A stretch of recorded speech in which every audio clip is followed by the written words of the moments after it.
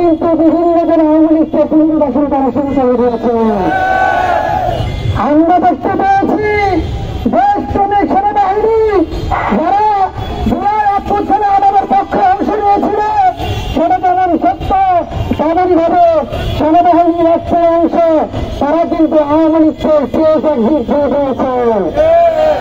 আওয়ামী লীগের বিভিন্ন এমপিদেরকে বাংলাদেশ থেকে তারা কিন্তু পালাতে সাহায্য করেছে। পুলিশের কর্মকর্তা, সচিবালয়ের কর্মকর্তা, বড় বড় রাজনৈতিক দলের নেতারা কিন্তু তাদের বাসায় আওয়ামী লীগের নেতা কর্মীদেরকে রাতের পর রাত স্থান দিয়েছে। এখনো যদি খোঁজা হয় বিভিন্ন জায়গায় আওয়ামী লীগকে কারা শেল্টার দেয়, সেটা কিন্তু আমরা দেখতে পাবো। আমরা স্পষ্ট ভাষায় বলতে চাই, আওয়ামী লীগকে আগামী দিনের বাংলাদেশে যারাই শেল্টার দেওয়ার চেষ্টা করবে, যারাই আওয়ামী লীগের পুনর্বাসন করার চেষ্টা করবে, তাদের পরিণতি আওয়ামী লীগের মতো হবে।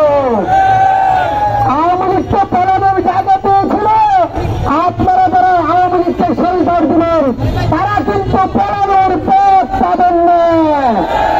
আমরা ছাত্র জনতার পক্ষ থেকে স্পষ্ট ভাবে বলে দিতে চাই, বাংলাদেশের মধ্যে আওয়ামী লীগের পুনর্বাসন করা চলবে না।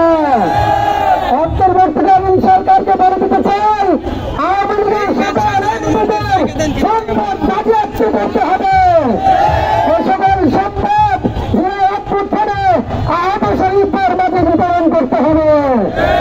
আমরা স্পষ্ট ভাষায় বলতে চাই, এখন যেভাবে চলছে আওয়ামী লীগের এমপিদেরকে আপনি অ্যারেস্ট করবেন, তাদের ব্যাংক অ্যাকাউন্ট ওপেন করে রাখবেন, তাদের ব্যবসা বাণিজ্য ওপেন করে রাখবেন, তাহলে কখনো কার্যকরী পদক্ষেপ হবে না।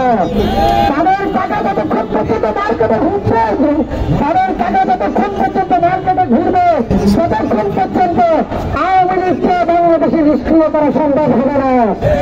আওয়ামী পন্থী ব্যবসায়ী আওয়ামী লীগের যত এমপি ছিল, যত উপজেলা চেয়ারম্যান ছিল, যত মেয়র ছিল, সকলকে অ্যারেস্ট করতে হবে। পাশাপাশি সকলের ব্যাংক অ্যাকাউন্ট, সকল সম্পদ, স্থাবর অস্থাবর সম্পত্তি সবকিছু বাজেয়াপ্ত করতে হবে।